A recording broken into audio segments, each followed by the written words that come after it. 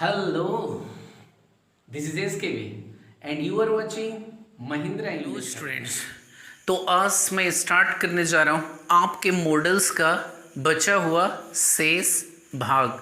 तो आज मैं बताने जा रहा हूँ, बहुत सारे कमेंट सेक्शन में बच्चों ने इस तरह का प्रश्न किया कि सर मुझे नीड डेयर और आउट टू में काफ़ी कन्फ्यूज़न होता है।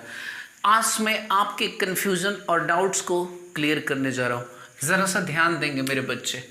देखिए बाबू, सबसे पहले एक बात मैं आपको बताने की कोशिश कर रहा हूँ, ज़रा समझिएगा कि बाबू ये जो मॉडल्स हमने पढ़ा, ठीक है ना, आप पढ़े जो मॉडल्स, तो बच्चा ये मॉडल्स में हमने क्या पढ़ा था, दो पार्ट पढ़ा था। और एक तो मॉडल्स पढ़ा जो ओरिजिनल मॉडल्स होता है, और दूसरा जो पढ़ा था उसका मैंने बताया था कि बाबू इसी को मार्जिनल मॉडल्स बोलते हैं। क्या बोलते हैं बाबू? मार्जिनल मॉडल्स, या फिर बोलते हैं इसी को सेमी मॉडल्स। क्या बोलते हैं? Semi models. अब एक चीज़ तो आपको समझना पड़ेगा कि भाई इसका तो यूटिलाइजेशन हम पढ़ लिए और कन्फ्यूज़न हमें होता है इसमें। तो बाबू अब हम जानने की कोशिश करेंगे कि सेमी मॉडल्स कौन कौन है। पहले भी मैं आपको चर्चा कर चुका हूँ। तो सेमी मॉडल्स जो है बाबू वो तीन होता है, ठीक है। क्या होता है? तीन होता है। तो ये जो तीन होता है, तो एक डेयर होता है, एक नीड होता है और एक यूज टू होता है। तो अब जरा सा समझने की कोशिश कीजिएगा।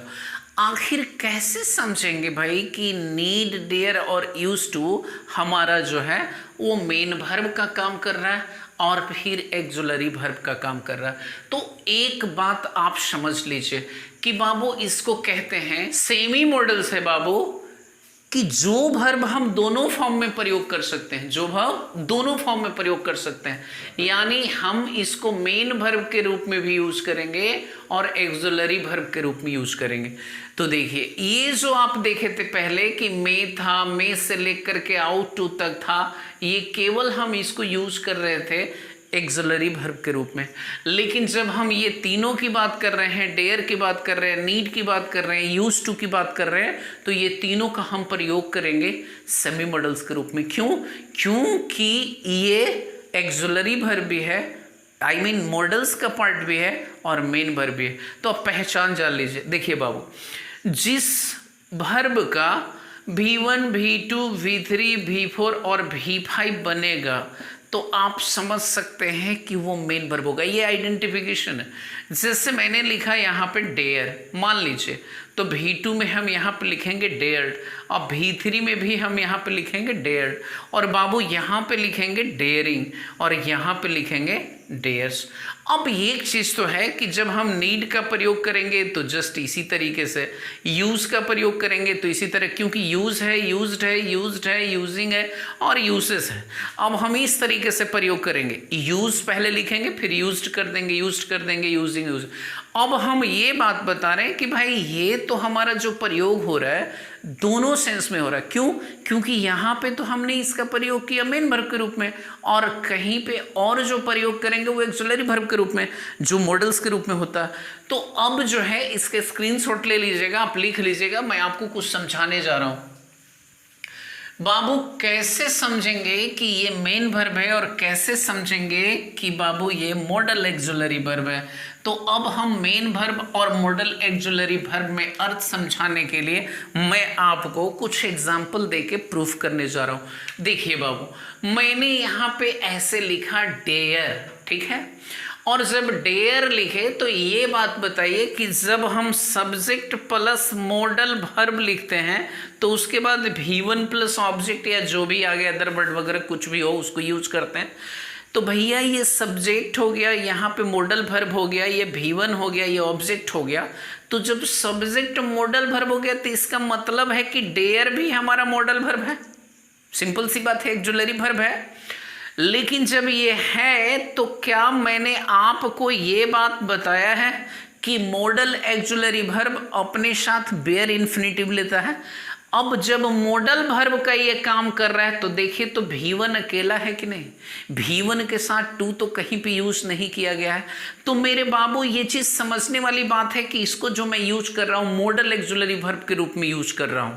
बात समझ में आ रही है ना? इसको हम किस चीज के रूप में यूज कर रहे हैं? मॉडल एक्सुलरी वर्ब के रूप में।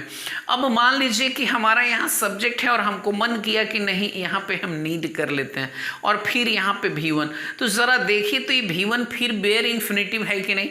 अगर मान लीजिए कि यहाँ पे सब्जेक्ट है और हमारा मॉडल्स के रूप में यूज होता है यूज टू, फिर मैंने कर लिया V1। तो बाबू आपको याद होगा कि मैंने एक चीज बताया था, क्या बताया था जब मैं यूसेस ऑफ आपका मॉडल्स पढ़ा रहे थे कि बच्चे दो ऐसे मॉडल एक्सुलरी वर्ब हैं जो अपने साथ बेयर इन्फिनेटिव नहीं लेते हैं, विद टू यूज होते हैं, यानी इन्फिनेटिव के फॉर्म में यूज होते हैं।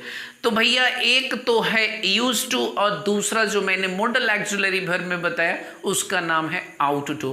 तो अब हम क्या करें भाई, कैसे समझे? तो मेरे बच्चे जब आप मॉडल के नियम का, यानी कहने का मतलब है कि जो मॉडल एक्सुलरी वर्ब के नियम है और नियम के मॉडल एक्सुलरी वर्ब के नियम के अनुसार अगर सेंटेंस में आप प्रयोग करते हैं, ध्यान रखिएगा, प्रयोग करते हैं, तो बाबू वो जो होगा हमारा क्या चीज़ के रूप में होगा?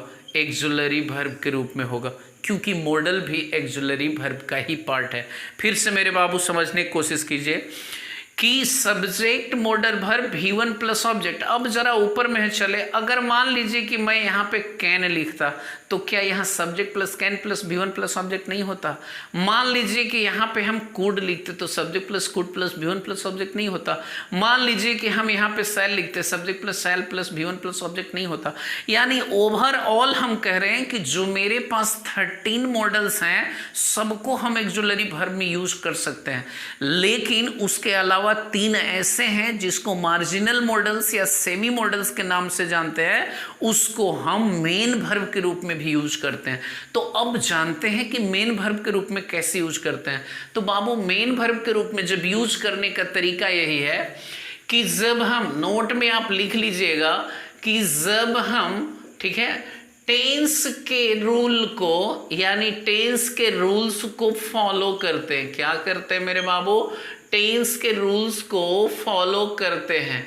जैसे अब टेंस का रूल क्या हुआ बच्चा, अब जरा समझने वाली बात है। मैं आपके सामने बता रहा हूं कि ये तो नहीं लेता है, लेकिन जब टेंस में, जैसे मान लीजिए कि यहाँ पे हमने एक ट्रांसलेशन लिखा, जरा सा एक बात देख लीजिए। ये बात मैं आपको बता रहा हूँ कि मैंने यहाँ पे लिख दिया एक ट्रांसलेशन। जैसे कैसे कहें मैं, और यहाँ पे लिखा कि जाना चाहता हूँ। अब मान लीजिए कि मैंने एक ट्रांसलेशन लिखा, मैं जाना चाहता हूँ। अरे मेरे बच्चे, मैंने लिखा तो पहले तो आई लिखेंगे, उसके बाद मैं वांट लिखूंगा, और आई वांट लिखेंगे, फिर उसके बाद हम क्या करेंगे? तो आई वांट के बाद मेरे को टू लगाना होगा और जाना के अंग्रेजी गो लगाना होगा, तभी जाके मेरा सेंटेंस सही होगा। तो मेरे बच्चे, अगर मैं लिख देता कि आई वांट और उसके बाद केवल गो, तो ये मेरा सेंटेंस गलत होता कि नहीं होता? हो जाता। क्यों ऐसा हुआ? क्योंकि ये मेन वर्ब है, और अब इसी चीज को मैं मेन वर्ब के रूप में यूज करने जा रहा हूं। जैसे मैंने यहाँ पे डेयर लिया, नीड भी ले सकते हैं। मैंने कहा यहाँ पे मुझे अंग्रेजी पढ़ने की जरूरत है। मेरे बच्चे एक चीज ध्यान रखिएगा, डेयर का हिंदी साहस करना होता है। डेयर का हिंदी क्या होता है? साहस करना। नीड का हिंदी क्या होता है? ज़रूरत महसूस करना। ज़रूरत है, ज़रूरत होना, जिसको क्रिया कहते हैं। नीड मीन्स होता है ज़रूरत होना, और डेयर मीन्स साहस करना। और यूज टू जो है किया करता था के सेंस में होता है, ज़ाया करता था, खाया करता था, पास्ट के हैबिट बतलाने के लिए जब मॉडल्स में हम यूज करते हैं तब। तो बच्चा, मुझे अंग्रेजी पढ़ने की ज़रूरत है। अब जरा कंसेप्ट को समझने की कोशिश कीजिएगा। मैंने लिखा मुझे अंग्रेजी पढ़ने की ज़रूरत है, तो सबसे पहले आई। अच्छा, अब पढ़ने की ज़रूरत है तो सबसे पहले तो मैंने लिखा कि नीड। मैंने लिखा कि आई नीड, मुझे ज़रूरत है क्या भाई? तो पढ़ने की, तो टू यहाँ पे लिखेंगे, उसके बाद मैं लिखूंगा टू रीड और तब लिखेंगे यहाँ पे इंग्लिश। लेकिन मेरे बच्चे एक चीज़ और, जब वर्ब होता है तो आप अकेले भी तो यूज कर लेते हैं। समझने की कोशिश कीजिएगा कि जब वर्ब होता है तो आप अकेले भी तो यूज कर लेते हैं। कैसे यूज करते हैं? जैसे मैंने कहा मुझे एक कलम, और उसके बाद मैंने बोला कि मुझे एक कलम चाहिए। तो अगर आप ट्रांसलेशन बनाना चाह रहे हैं तो क्या बनाइएगा? I want a pen. लेकिन कह दिया मैंने कि मुझे एक कलम की ज़रूरत है। अब बच्चा मुझे कलम की ज़रूरत है तो मैंने लिखा आई, फिर उसके बाद मैंने लिखा नीड, फिर उसके बाद लिखा ए और उसके बाद पेन। तो अब बताइए कि मेन वर्ब का काम कर रहा है कि नहीं? अगर सब्जेक्ट करते हैं यहाँ पे V1 या V5 करते हैं और इसके बाद ऑब्जेक्ट करते हैं तो ये प्रेजेंट इंडेफिनिट टेंस के नियम को फॉलो कर रहा है कि नहीं कर रहा? यानी हम जब टेंस के रूल्स को फॉलो करते हैं तभी तो जाकर मेन वर्ब को प्रयोग करते हैं। और यहाँ पे मैंने यही काम किया कि आई नीड ए पेन। लेकिन मेरे बच्चे और भी सेंटेंस समझने वाली बात है। मान लीजिए कि मैंने यहाँ पे कुछ सेंटेंस लिखा, जैसे सेंटेंस में क्या लिखा? उसे एक की ज़रूरत है। अब जरा सा मेरी बात को समझिएगा, मैंने लिखा ही, कोई बात नहीं ज़रूरत है, तो क्या मैं नीड लिख दूंगा तो मेरा सेंटेंस सही होगा? नहीं बच्चा। क्यों? क्योंकि ये टीपीएसएन है। टीपीएसएन का मतलब होता है थर्ड पर्सन सिंगुलर नंबर, और थर्ड पर्सन सिंगुलर नंबर के साथ आप वर्ब का पांचवा रूप एस या येस लगा के यूज करेंगे तो आपको लिखना पड़ेगा नीड्स, और फिर उसके बाद लिखेंगे आई नीड्स ए कंप्यूटर। तो अब एक चीज़ समझने वाली बात है, ज़रा समझने की कोशिश कीजिएगा कि मेरे बच्चे जब हम नेगेटिव और इंट्रोगेटिव सेंटेंस बनाएंगे, सबसे पहले आप स्क्रीनशॉट ले लीजिए और उसके बाद मैं आगे बढ़ रहा हूँ, ठीक है ना? दिखा रहे हैं हम आपको सेंटेंस कैसे हम डिफरेंट करेंगे, क्योंकि बहुत बच्चे कंफ्यूज्ड हो जाते हैं और मैं चाहता हूँ कि बहुत सारे बच्चे इसमें कंफ्यूज्ड नहीं हो आज के बाद कि भाई कैसे हम मॉडल ऑक्सिलरी वर्ब के रूप में यूज़ करते हैं और कैसे हम मेन वर्ब के रूप में यूज़ करते हैं। तो बच्चा इसमें कोई प्रॉब्लम नहीं होना चाहिए।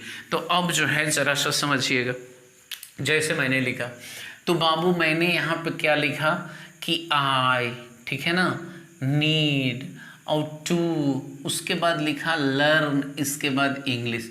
एक मिनट ज़रा सा देखिए, तो सब्जेक्ट हो गया, नीड हो गया, टू हो गया, लर्न हो गया ये, लेकिन यही चीज़ मैं मॉडल्स के अनुसार अकॉर्डिंग और टू लिखेंगे और उसके बाद मॉडल्स, अगर मॉडल्स के अनुसार इसको यूज कर रहे हैं तो आई नीड भी सही है। क्यों? क्योंकि सब्जेक्ट होता है, मॉडल वर्ब होता है और डायरेक्ट V1 होता है, तो नीड के बाद हमें लर्न लगाना होगा, ठीक है?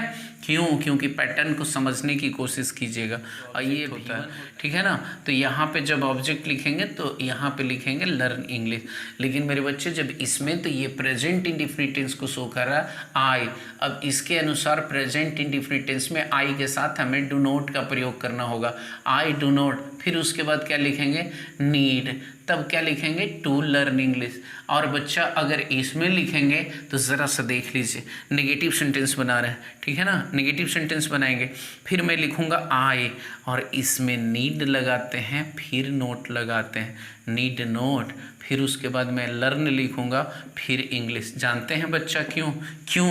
क्योंकि एक चीज़ मैं आपको समझाने की कोशिश कर रहा हूँ। जैसे अगर मान लीजिए कि आप बोलते हो मैं जा सकता हूँ, तो आपने लिखा मैं जा सकता हूँ, तो अब यहाँ पे लिखे आई कैन गो। तो अब जब आप लिखे कि मैं जा सकता हूँ, आई कैन गो, तो सिंपल बात बता रहे हैं कि फिर आपने बोला कि मैं नहीं जा सकता हूँ, तो आई कैन और उसके बाद लिखते हैं कैन नॉट गो। अब एक चीज़ तो मैं आपको बता दूं कि जब आप मॉडल के अनुसार यूज करते हैं तो कैन में ही नोट लगाते हैं, फिर उसके बाद कुड में ही नोट लगाते हैं, फिर उसके बाद सेल में ही नोट लगाते हैं, फिर उसके बाद जस्ट इसके बाद शुड में ही नोट लगाते हैं, और इसके बाद आप शॉर्ट फॉर्म में भी लिख सकते हो, मेरे को मतलब नहीं है, आपको जानकारी के लिए इसको कांट भी पढ़ सकते हैं, कुडंट भी, सांट भी पढ़ सकते हैं, स्टूडेंट भी पढ़ सकते हैं। अगर मैं विल लिखूँ और प्लस नोट लिखूँ तो इसको वोंट भी पढ़ सकते हैं। तो मेरे बच्चे ये जस्ट मॉडल ऑक्सिलरी वर्ब के बाद आप नोट का प्रयोग करते हैं, ठीक है ना?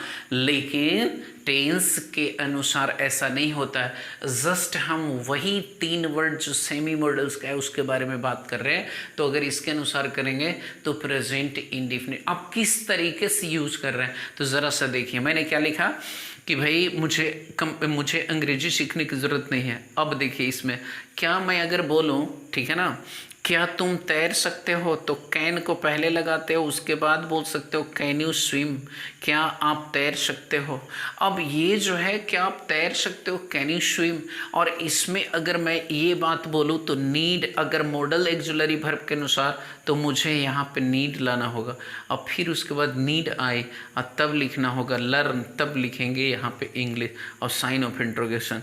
और अगर फिर से बनाएंगे तो नीड आए, फिर उसके बाद लिखेंगे नोट, तब लिखेंगे लर्न, फिर लिखेंगे इंग्लिश, फिर sign of interrogation interrogative mark. लेकिन मेरे बच्चे जब इसमें बात होगी तो हमें नीड को आगे नहीं लाना होगा, ये डू लिखा हुआ है तो मैं बनाऊंगा do I need to learn और इसके बाद इंग्लिश। फिर इसके बाद नेगेटिव बनाएंगे डू आई नॉट, और फिर उसके बाद नीड टू, फिर उसके बाद लर्न, तब उसके बाद इंग्लिश। अब ज़रा सा देखिए मेरा कहने का मतलब ये हुआ बाबू कि ये देखिए कि हम जो यूज कर रहे हैं टेंस के अनुसार मुख्य रूप से यूज कर रहे हैं, माने मुख्य क्रिया के रूप में यूज कर रहे हैं।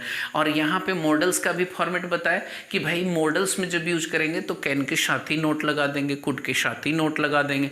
लेकिन जब हम कोई 3 वर्ड जो हमें मिलते हैं यानी कि यूज टू, डेयर, नीड, अब उसके लिए तो बाबू इसका आप स्क्रीनशॉट ले लीजिए। अगला वाला मैं आपको बताने जा रहा हूँ तो ये आप कुछ समझ रहे होंगे कि मैं क्या बता रहा हूँ। तो जैसे आपको आगे जो मैं बताने जा रहा हूँ ज़रा सा ध्यान दीजिएगा कि अगर मान लीजिए कि आपके पास डेयर वर्ड आता है, ठीक है, डेयर क्या आता है बाबू, डेयर। तो अगर मेरे बच्चे डेयर शब्द का प्रयोग किए तो मैंने कहा कि हिंदी साहस करना होता है, ठीक है।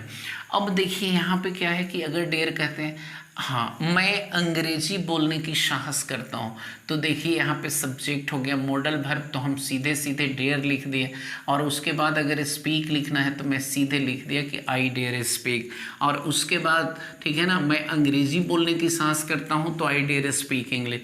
देखिए अब हम नेगेटिव अगर बनाएंगे तो डेयर के बाद ही हमको नोट करना होगा, सब्जेक्ट है तो उसके बाद क्या करेंगे, डेयर नोट। तो ये जो है अब इस चीज़ को अगर नेगेटिव बनाए तो आई डेयर नोट, फिर उसके बाद लिखेंगे स्पीक क्योंकि बेयर इन्फिनेटिव का प्रयोग होता है, और उसके बाद यहाँ पे लिखेंगे इंग्लिश। लेकिन फिर अगर हम चाहें कि नहीं हम इसको यूज करते हैं डेयर, फिर उसके बाद लिखेंगे डेयर आई, तब लिखेंगे फिर उसके बाद स्पीक, तब उसके बाद इंग्लिश, साइन ऑफ इंट्रोगेशन। फिर अगर बनाएंगे तो डेयर आई, फिर उसके बाद नोट, फिर उसके बाद स्पीक, और तब उसके बाद लिखेंगे इंग्लिश। अब इसमें वाई, वेन, वाट कुछ भी लगा के WH फैमिली का यूज। लेकिन मेरे बच्चे अगर ये तो मॉडल्स के अनुसार हुआ, अकॉर्डिंग टू मॉडल्स हुआ। क्यों? क्योंकि आप अकॉर्डिंग टू मॉडल्स में समझ रहे होंगे कि मॉडल जो वर्ब होता है वो किस तरीके से होता है, बेयर इन्फिनेटिव। 2 को अपवाद मानते हैं बाबू, यूज टू और आउट टू। अब जैसे इसी चीज़ को यूज कर रहे हैं आई डेयर स्पीक इंग्लिश, लेकिन अगर या ही रहता ही, तो अगर मान लीजिए कि यहाँ पे हम मिटा दिए और ही लिख देते हैं, यहाँ पे मिटा दिया ही लिख देते हैं, यहाँ पे मिटा दिया ही लिख देते हैं, यहाँ पे अगर सब्जेक्ट ही दे देते हैं, तो मेरे बाबू ही के साथ भी डेयर्स का प्रयोग नहीं होता। क्या आप कैन में एस लगाते हैं? नहीं। शुड में एस लगाते हैं? नहीं। विल में एस लगाते नहीं लगाते हैं। तो हम इसमें नहीं लगाएंगे, किसके अनुसार, जब अकॉर्डिंग टू मॉडल चलेंगे तब। लेकिन जब हम चलते हैं टेंस के अनुसार, अगर मान लीजिए कि हम यहाँ पर लिखते हैं अकॉर्डिंग टू टेंस, तो अब टेंस के अनुसार चलेंगे तो मैं फिर इसी सेंटेंस को बना रहा हूँ ही डेयर, तो ये सेंटेंस गलत हो गया। क्यों? क्योंकि 3rd पर्सन सिंगुलर नंबर है, और जब टेंस पढ़ते हैं present indefinite tense, subject plus V1 या V5 प्लस ऑब्जेक्ट, तो ही सी इट नेम रहता है, तो उसके साथ आप क्या चीज़ का प्रयोग करते हैं, तो ही डेयर्स, उसके बाद लिखेंगे यहाँ पे स्पीक, और तब उसके बाद लिखेंगे इंग्लिश, ही डेयर्स स्पीक इंग्लिश। तो ये जो है हमारा सेंटेंस गलत हो जाएगा। लेकिन बाबू यहीं पे टू लगा देंगे तो सेंटेंस सही हो जाएगा।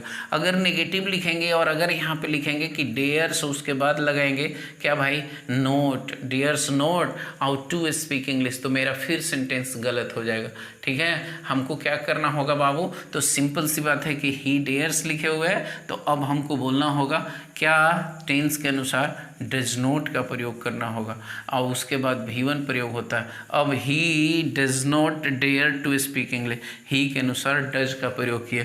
अगर यही चीज़ इंट्रोगेटिव बनाएंगे तो डज ही और उसके बाद लिखेंगे dare to speak English, does he dare to speak English. ठीक है, अब एक चीज़ है, अगर मान लीजिए कि और भी करेंगे तो डज ही करेंगे, फिर उसके बाद करेंगे डज ही नॉट और उसके बाद डेयर टू स्पीक इंग्लिश। तो बाबू एक चीज़ तो समझ में आ गया होगा कि जब टेंस के अनुसार यूज करेंगे तो वर्ब में एस भी जोड़ेंगे, आईएनजी की ज़रूरत होगा तो आईएनजी भी जोड़ेंगे, भी3 की ज़रूरत होगा ईडी जोड़ने का तो ईडी भी जोड़ेंगे और इस तरीके से हम लोग बनाएंगे।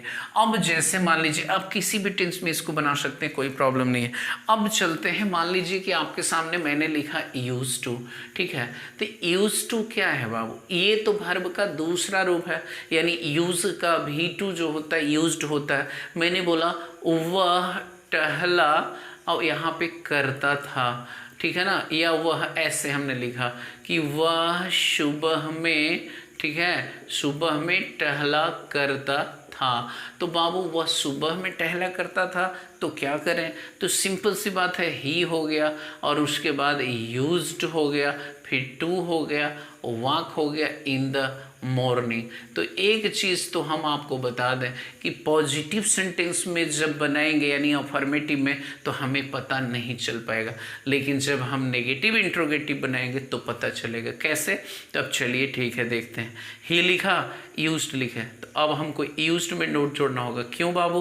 क्योंकि आप जब बनाते हैं डेयर तो डेयर में नोट जोड़ते हैं, कैन तो कैन में नोट जोड़ते हैं, कूड तो कूड में नोट जोड़ते हैं। क्यों? क्योंकि जब मॉडल एक्जुलरी वर्ब के अनुसार यूज करते हैं तब हम भी यहाँ पे क्या कर रहे हैं कि मॉडल एक्जुलरी वर्ब इसको मान रहे हैं, और जब मॉडल एक्जुलरी वर्ब मान रहे हैं तो ही यूज्ड नॉट और ही यूज्ड नॉट टू लिखेंगे और उसके बाद लिखेंगे वॉक और इन द मॉर्निंग। बाबू एक चीज़ समझिएगा, जब भी आप यूज करेंगे तो अर्थ में कोई परिवर्तन नहीं होगा, यानी टेंस में भी यूज करेंगे तो वही अर्थ होगा और मॉडल एक्जुलरी वर्ब में यूज करेंगे तो वही अर्थ होगा। मैंने केवल ये बताया कि सेमी मॉडल्स का मतलब ये है कि एक ही वर्ब को आप दो फॉर्म में यूज कर रहे हैं। अगर आप चाह रहे हैं तो उसको एक्जुलरी वर्ब में यूज कर दे रहे हैं और अगर आप चाह रहे हैं तो उसको मेन वर्ब में यूज कर दे रहे हैं। तो बाबू मेरा कहने का मतलब है कि यहाँ पे he use not to walk in the morning. अब दूसरे तरीके से बनाएंगे यानी टेंस के अनुसार तो लिखेंगे ही डिड नॉट, फिर उसके बाद लिखेंगे use, he did not use. क्यों? क्योंकि आप जान रहे हैं कि जब यहाँ पे हम इस तरीके से बना रहे हैं तो ये जो है सब्जेक्ट है और यहाँ पे V2 है, ठीक है ना। अब V2 है तब उसके बाद 2 + B1 है।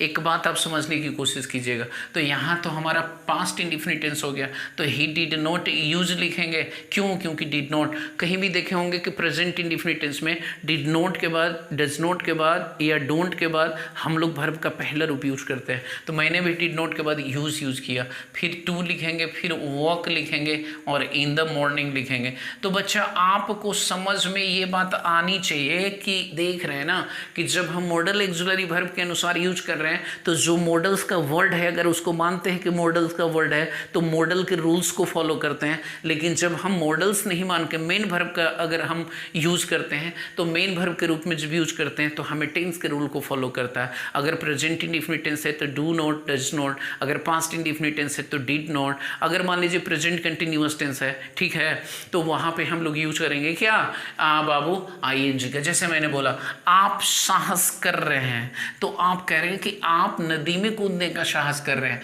तो यहाँ पे कहें कि आप, ठीक है ना, नदी में कूदने की और उसके बाद साहस कर रहे हैं। बाबू एक चीज़ अब हम यहाँ पे कह रहे हैं तो क्या लिखेंगे आर यू, उसके बाद डेयरिंग लिखेंगे, आर यू डेयरिंग। अब कहाँ भैया आर यू डेयरिंग और टू जंप, ठीक है ना, इनटू द रिवर, ठीक है, करें कि are you daring to jump in the river. लेकिन बाबू इसको तो आईएनजी में बदले, लेकिन कैन को क्या कानिंग बदले हैं? अगर ए से एस करे कैन को कान से बदले, बाबू ये सब संभव नहीं है। सैल है तो साज कर दें, नहीं, सैल है तो सालिंग कर दें, नहीं। इसका मतलब है कि जब हम मेन वर्ब के रूप में यूज करेंगे तो टेंस के किसी भी फॉर्म में, चाहे वो डेयर हो, चाहे वो यूज्ड हो या फिर चाहे वो नीड हो, सबका प्रयोग करेंगे, ठीक है ना।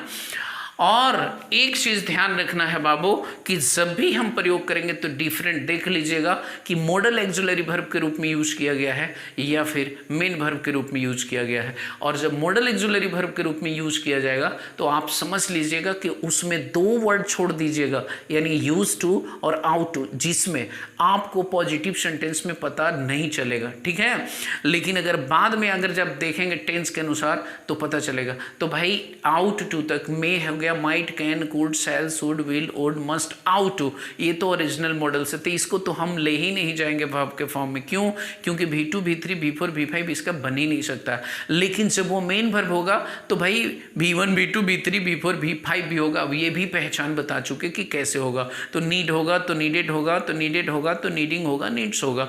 डेयर होगा तो डेयर्ड होगा, डेयर्ड होगा, डेयरिंग, डेयर्स होगा। यूज होगा, यूज्ड होगा, यूज्ड होगा, यूजिंग होगा, यूसेज होगा। तो इस तरीके से हम लोग यूज करते हैं। तो मुझे लगता है बाबू कि आपको मैंने समझा दिया।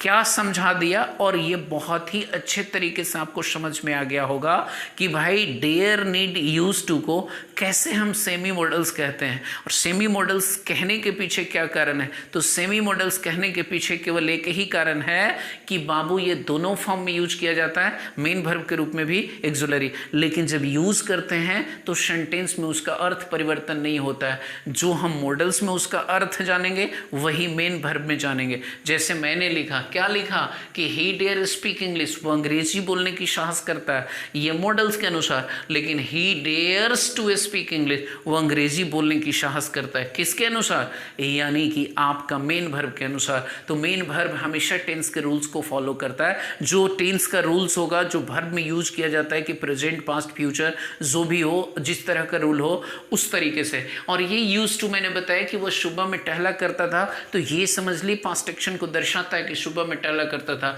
ही used to work in the. लेकिन मेरे भाई ये अफर्मेटिव में पता नहीं चलेगा। जब निगेटिव बनाएंगे तो आप समझ लेंगे क्या आप बनाते हैं। मैं जा सकता हूं तो आई कैन गो, मैं नहीं जा सकता हूं, क्या इस तरह का सेंटेंस बनाते हैं? I do not can go? नहीं भाई, गलत हो जाएगा। तो आपका सही क्या होगा? Can not go. तो सिंपल सी बात है ना कि कैन में नोट लगा रहे हैं, सेल में नोट लगा रहे हैं। लेकिन जब मेन वर्ब के रूप में यूज करेंगे, मैं बोलूँ मैं जाता हूँ और गो को मेन वर्ब के रूप में यूज किया, तो भैया आई डू नॉट को ना लिखेंगे कि मैं नहीं जाता हूँ। इन द लाइक ऑफ समय। मुझे लगता है कि बेहतरीन तरीके से आपको समझ में आया होगा।